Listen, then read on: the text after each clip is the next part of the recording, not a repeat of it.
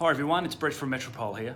There's been some really important information released lately around the Brisbane property market, and although across the board property prices have really only increased by about 1%, there's been some suburbs that have achieved double-digit growth. How does that happen?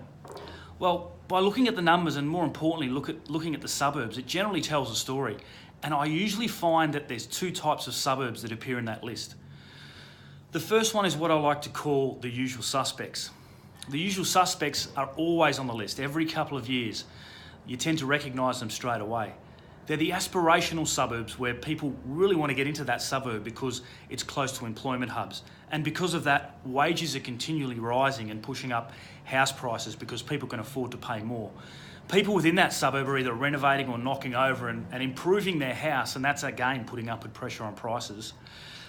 They're generally those kinds of suburbs that are gentrifying, where 5 or 10 years ago those older, newer houses are starting to make that transition, and people are coming in, younger families, and doing up properties. That's what we want. They're generally closer to employment hubs, they're closer to public transport, good school catchments, which are a magnet for families, and also lifestyle precincts, and convenience and walkability starting to become a big thing. The other type of suburb we seem to find are those newer suburbs. They've never been on the list before. They've only really been suburbs for the last 12 or 18 months, because 5 years ago they were probably big acreage properties or areas where maybe cows and sheep were living, and now there's a new suburb there. There's new house and land packages, there's a new school perhaps, a new shopping centre, maybe McDonald's or a Hungry Jack's have moved in there. They're not aspirational suburbs. People live in those suburbs because that's really all they can afford to get to.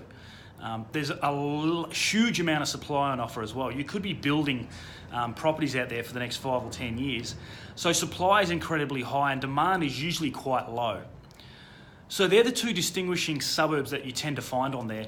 The first one is the known, proven and trusted areas that always have those capital growth.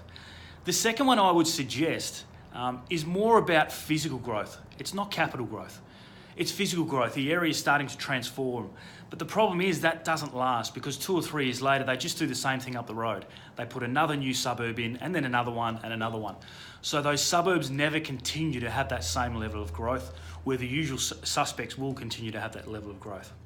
That's where I'll be investing my money, and that's what's going to create wealth for me and my clients over the longer term. Thanks for listening.